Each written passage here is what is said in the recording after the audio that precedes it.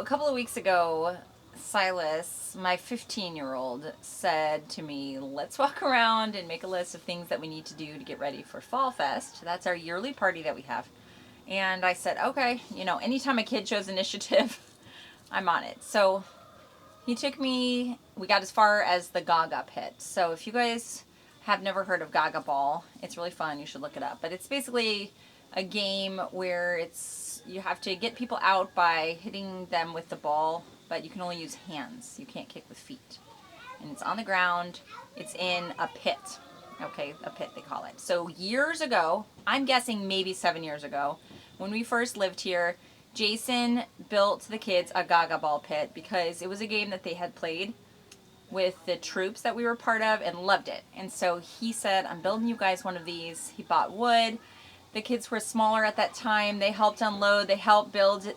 And all these years, they've had a great time. And at Fall Fest, it's one of the top attractions of kids. Tons of kids play this game. It is so much fun. But it's been 7 or 8 years, and the thing is starting to rot and fall apart. And Silas showed me how it's just the wood is starting to crumble.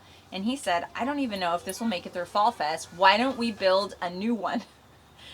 Well, Jason has a list this long, you know, and I have a list this long, and Gagaball Pit is not on the list. We just have very limited time. Jason's working so much. And I said to Silas, that would be awesome if you would build a new Gagaball Pit. But, you know, Pop doesn't have time to help you. And I just kind of left it at that because that's as far as I thought we would go. But he recruited his brother's help, brought in a friend, and they started rebuilding the Gagaball Pit.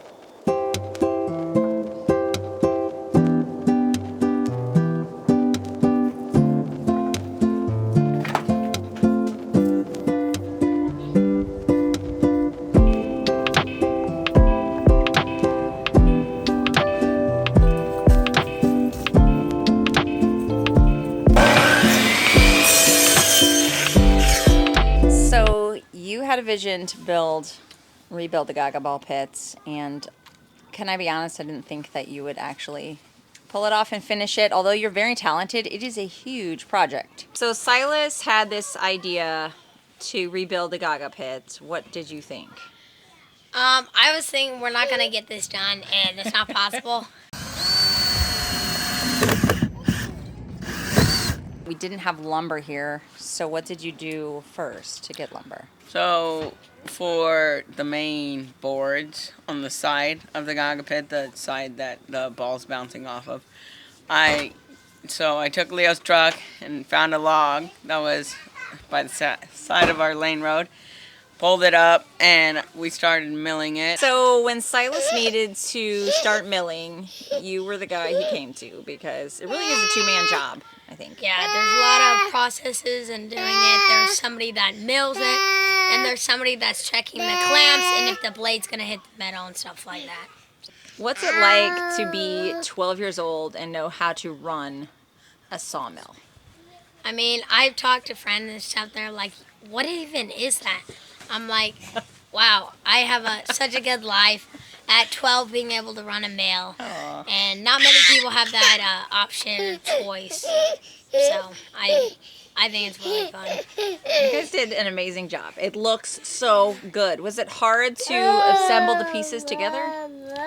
So after we got the first panel on, then we had a design, we had a template, and as we kept going, they kept getting better and better.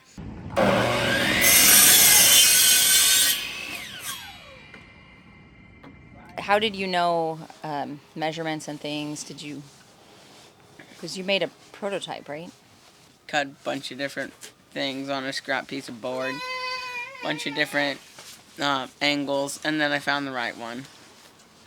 On the one panel, the 2x4s, there's two 2x4s, and then two 8-foot 2x4s that are cut. Well, they started 8 foot, they're a little less because we cut a 22.5 degree angle on each end of the 2x4s. So we had the idea to call over the kid's friend Nicholas, who loves to build things. He was up for it. So they bought 2x4s so that they wouldn't have to mill more wood because he was coming the next morning. We were going to make them out of pine, but we didn't have enough time. So we just went to Lowe's, bought a lot of 2x4s. What part of this process did you help with? I help like building the panels Putting things or together. whatever they needed, really.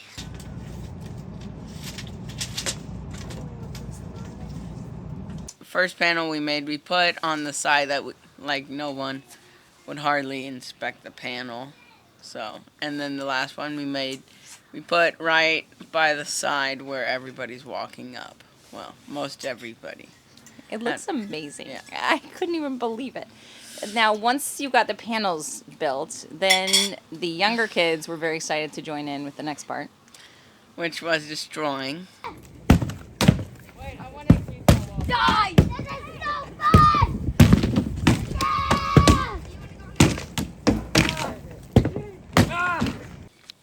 James, what part did you help with?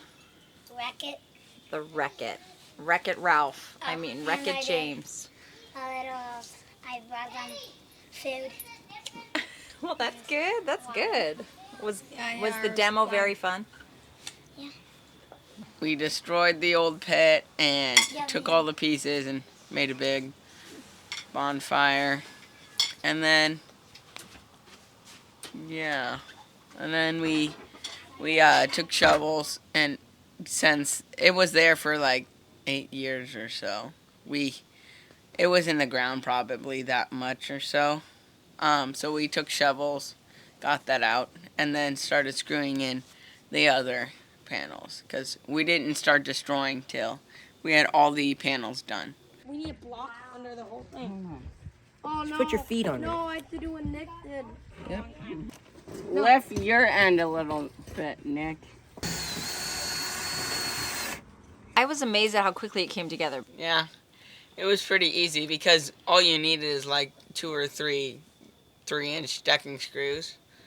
We were curious and we looked online to see how much people sell these things for, and we're talking probably $2,000 was the average price we saw for a Gaga pit, and it was smaller than this. So what do you think? You'd ever make them and sell them? Maybe in the future, a few years, 2 or 3 years. After 5 the pain of years. the creating is over. Yeah.